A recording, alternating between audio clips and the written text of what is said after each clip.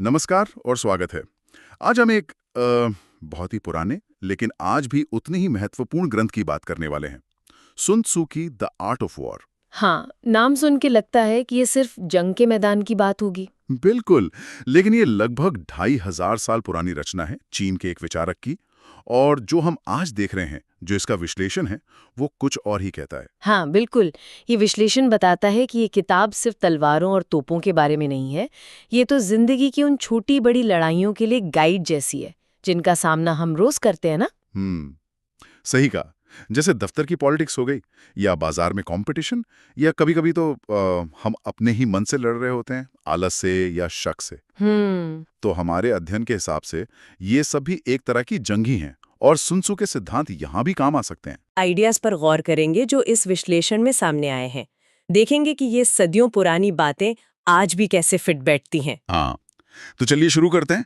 देखते हैं कि ये वॉर की आर्ट हमें शांति से जीना कैसे सिखा सकती है। सबसे पहली बात, और शायद थोड़ी चौंकाने वाली भी है, जो इस विश्लेषण में दिखी। सुन त्सू कहते हैं असली जीत वो है जो बिना लड़े मिले। हाँ, ये सुनने में थोड़ा अजीब लगता है ना, क्योंकि हम तो जीत का मतलब समझते हैं किसी को हराना, हावी होना। हम्म, पर यहाँ जीत का मतलब ही अलग है। मतलब है कि ऐसी सिचुएशन बना दो कि लड़ाई की जरूरत ही ना पड़े। ये कोई पैसिव होना नहीं है, बल्कि बहुत गहरी समझ और दूर की सोच का नतीजा है। इसे थोड़ा और खोलते हैं। जैसे मान लीजिए ऑफिस में किसी के साथ आपकी नहीं बन रही, रोज की किचकिच है, होता है अक्सर। तो सीधे भिड़ने से तो शायद माहौल और बिगड़ेगा। सुन त्सू का सिद्धांत शायद ये कहेगा कि भाई, सीधा लड़ने की बजाय क्या आप समझ सकते हैं कि सामने वाले की प्रॉब्लम क्या है, उसकी ज़रूरत क्या है, या अपनी बात कहने का कोई ऐसा तरीका निकालें जिससे उसे खतरा ना लगे। बिल्कुल। और ये विश्लेषण भी यही कहता है कि ऐसी स्ट्रैटेजी से जो हल निकलता है वो ज्यादा टिकाऊ होता है। और बिजनेस में वही बात बिजनेस में भी अपने कॉम्पिटिटर को नीचा दिखाने से बेहतर है कि आप अपने प्रोडक्ट में कुछ ऐसा खास ले आएं कि कंपटीशन रहे ही ना, या अपनी मार्केटिंग ऐसे करें कि बिल्कुल अलग ग्राहक आपके पास आए। हाँ, यहाँ देखिए, युद्ध और दुश्मन ये सब सिंबॉलिक है। असली जोर ताकत पर नहीं, दिमाग पर है। प्लानिंग पर, समझ पर। प्रॉब्लम को बढ़ने से पहले ही पकड़ लेना, या हालात ऐसे बना देना कि टकराव हो ही ना, यही है असली बिना लड़े जीत। इससे रिसोर्स भी बचते हैं और लक्ष्य भी मिल जाता है ना स्मार्ट। ये वाकई सोचने वाली बात है। मतलब जीत का मतलब सिर्फ स्कोर देखना नहीं है, बल्कि अपने गोल तक पहुंचना, कम से कम नुकसान के साथ। अच्छा, इसी से जुड़ा एक और बड़ा इंटरेस्टिंग पॉइंट है जिस पर यह विश्लेषण जोर देता है। वो है सुन त्सू का ताओवादी सोच से कनेक्शन, और उनका पानी की तरह बनो वाला आइडिया। हाँ, पानी की तरह। ये ताओवाद के वू वे जैसा है, जिसे सहज क्रिया या अकर्म भी कहते हैं। पर इसका मतलब ये नहीं कि बस बैठे रहो, कुछ करो मत। सही कहा। पानी का उदाहरण कमाल का है। विश्लेषण में भी ये बात आई है कि पानी कभी सीधी टक्कर नहीं लेता। वो चट्टान से लड़ता नहीं है, उसके साइड से निकल जाता है। जिस बर्तन में डालो उसका शेप ले लेता है। उसमें ताकत बहुत है, लेकिन वो जबरदस्ती से नहीं आती। वो आती है लचीलेपन से, ढल जाने से। तो पानी की तरह बनो मतलब अड़ो मत, लचीले बनो। सिचुएशन के हिसाब से ढल जाओ। हाँ, जहां ज्यादा रुकावट दिखे वहां सीधा भिड़ने के बजाय रास्ता बदल लो। और अगर हम इसे जरा बड़े स्केल पर देखें तो ये जो ढलने की क्षमता है, अडेप्टेबिलिटी, ये एक बहुत बड़ा स्ट्रेटेजिक फायदा क्यों है? क्योंकि लाइफ और हालात तो बदलते ही रहते हैं, है ना? बिल्कुल। जो चीज सख्त है, अकड़ी हुई है, वो अक्सर टूट जाती है। पर जो लचीला है, वो टिका रहता है और अक्सर आगे बढ़ने का नया रास्ता भी निकाल लेता है। पानी की तरह ढलने की ये क्षमता हमें फालतू की लड़ाइयों से बचाती है, हमारी एनर्जी बचती है, अच्छा। जिसे हम सही टाइम पर सही जगह यूज कर सकते हैं। ये उस तरह के एग्रेसिव एटीट्यूड से बिल्कुल अलग है जो हर दीवार से बस सिर टकराता है और ज्यादातर खुद को ही चोट पहुंचाता है। ये असल में सिचुएशन को गहराई से समझने और उसके फ्लो के साथ या उसके आसपास से अपना रास्ता बनाने की कला है। ये पैसिव होना नहीं है, ये इंटेलिजेंट रिस्पॉन्स है। ये लचीलापन और अडाप्ट करना आज की दुनिया में तो शायद पहले से भी ज्यादा जरूरी हो गया है, जहां हर दिन कुछ नया हो रहा है। चलिए अब एक और बहुत पावरफुल आइडिया पर आते हैं, जिसकी बात इस विश्लेषण में काफी हुई है। सुन त्सू लिखते हैं, अगर आप दुश्मन को जानते हैं और खुद को जानते हैं, तो आपको 100 लड़ाइयों के नतीजों से डरने की जरूरत नहीं है। हाँ, ये शायद सबसे फेमस कोट्स में से एक है उनका, और वजह भी साफ है। इसमें सक्सेस का जैसे पूरा राज छुपा है। हाँ, और जो हम पढ़ रहे थे उसमें ये बात साफ आती है कि हम अक्सर बाहर देखते रहते हैं, हमारा कॉम्पिटिटर क्या कर रहा है, मार्केट कैसा है, लोग क्या कह रहे हैं। लेकिन सुन त्जू कहते हैं, शुरुआत खुद से करो। आपकी ताकतें क्या हैं? सिर्फ वो नहीं जो आप सोचते हैं, बल्कि असल में क्या है, और उससे भी ज्यादा जरूरी आपकी कमजोरियां क्या हैं, कहाँ आप गलती कर सकते हैं। ये जो बिल्कुल ईमानदारी वाली सेल्फ अवेयरनेस है ना, ये किसी भी स्ट्रैटेजी की नींव है, ऐसा ये विश्लेषण कहता है। बिल्कुल। और फिर इसका दूसरा पार्ट है दुश्मन को जानना। अब यहाँ दुश्मन का मतलब सिर्फ कोई इंसान या कंपनी नहीं, ये कोई मुश्किल प्रोजेक्ट हो सकता है, कोई एग्जाम, कोई बुरी आदत या मार्केट के बुरे हालात। अच्छा। उसे जानना मतलब उसकी नेचर को समझना, वो कैसे काम करता है, उसकी ताकत, उसकी कमजोरी का अंदाजा लगाना।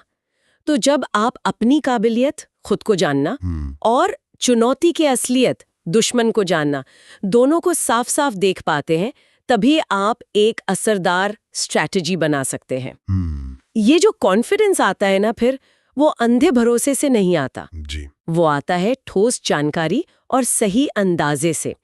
इसीलिए सुन त्सू कहते हैं कि फिर डरने की जरूरत नहीं, डर तो अनिश्चितता से आता है, बिल्कुल। और ज्ञान वो अनिश्चितता को कम करता है। यानी ये सिर्फ अपनी ताकत जानने या सिर्फ सामने वाले की कमजोरी जानने का खेल नहीं है, बल्कि दोनों के बीच का जो कनेक्शन है उसे समझना है।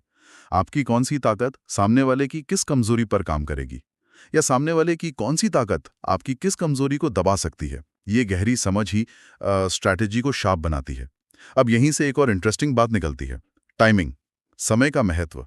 इस पर भी विश्लेषण में काफी जोर है। सुन त्सू कहते हैं, वो जीतेगा जो जानता है कि कब लड़ना है और कब नहीं। बिल्कुल, ये है धैर्य और सही मौके की पहचान।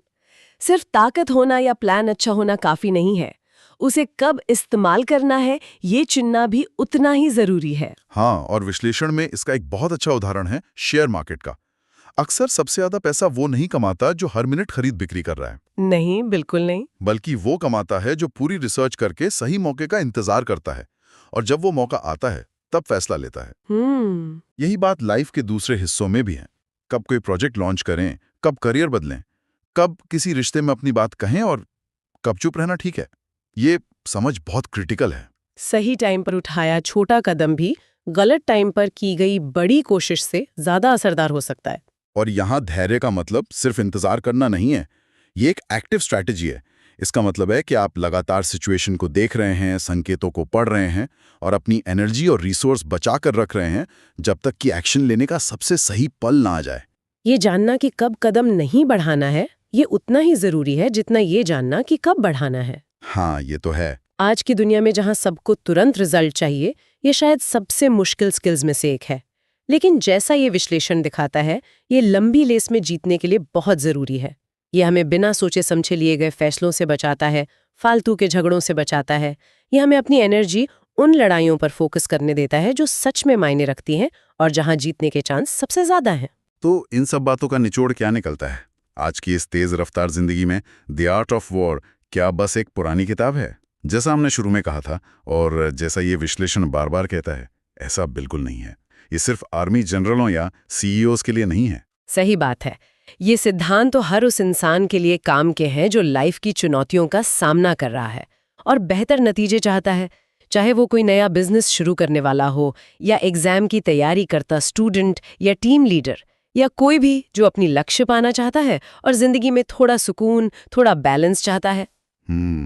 इसमें स्ट्रैटेजी बनाने, पेशेंस रखने, खुद पर कंट्रोल रखने और बैलेंस बनाने के बहुत गहरे सबक हैं। इस पूरी बातचीत का सार शायद यही है कि सुन त्सू हमें सिखाते हैं कि असली जीत जोर जबरदस्ती से या झगड़े से नहीं मिलती। नहीं, वो मिलती है अवेयरनेस से, हालात को समझने से, खुद को जानने से, फ्लेक्सिबल होने से और सही टाइम पर सही एक्शन लेने से।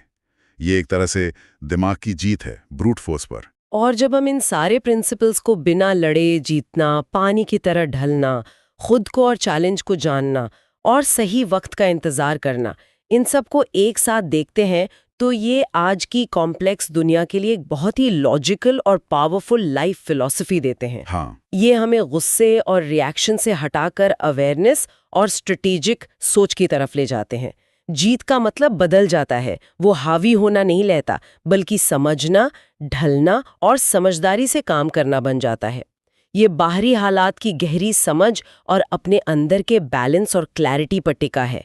ये अपने गोल्स तक पहुंचने का एक ज्यादा टिकाऊ और अक्सर ज्यादा शांतिपूर्ण तरीका है। तो अंत में शायद सबसे बड़ा सबक ये नहीं कि हम हर लड़ाई जीतने निकल पड़े, बल्कि ये कि हम हर लड़ाई को, हर चैलेंज को पहले समझें। जैसा सुन त्सू कहते हैं और जैसा ये विश्लेषण हमें याद दिलाता है, समझदार योद्धा लड़ाई से बचता है या नहीं, कौन से झगड़े जरूरी हैं और कौन से सिर्फ हमारी एनर्जी और शांति खत्म करेंगे।